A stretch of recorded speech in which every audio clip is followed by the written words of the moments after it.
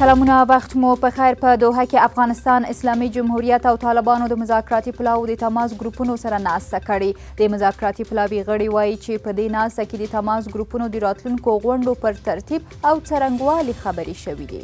ملګرو ملتونو په افغانستان کې د بشري مرستو پر رسونکو بریدونه غندلي دي. د ملګرو ملتونو د بشري مرستو د همغږۍ د برخې مشر په تازه څرګندونو کې ویلي چې ننګرهار په واکسیناتورانو وروستي بریدونه اندېښمنونکي دي.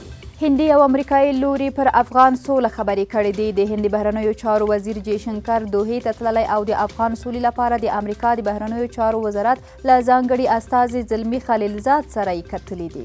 افغان ځواکونو 2 ولسوالۍ له وسلوالو طالبانو څخه بیرته ونیولې. د ملي دفاع وزارت وایي افغان ځواکونو د کندز په خان آباد او د فاریاب په دولت آباد ولسوالیو کې طالبانو ته سخته ماتې ورکړې ده. او د بحرین لخوا د هانګ کانګ په ماتولو سره د افغانستان فوټبال ملي لوبډله د آسیا ملتونو جام غوراوي پړاو سیالیو بل پړاو ته لاره وموندله.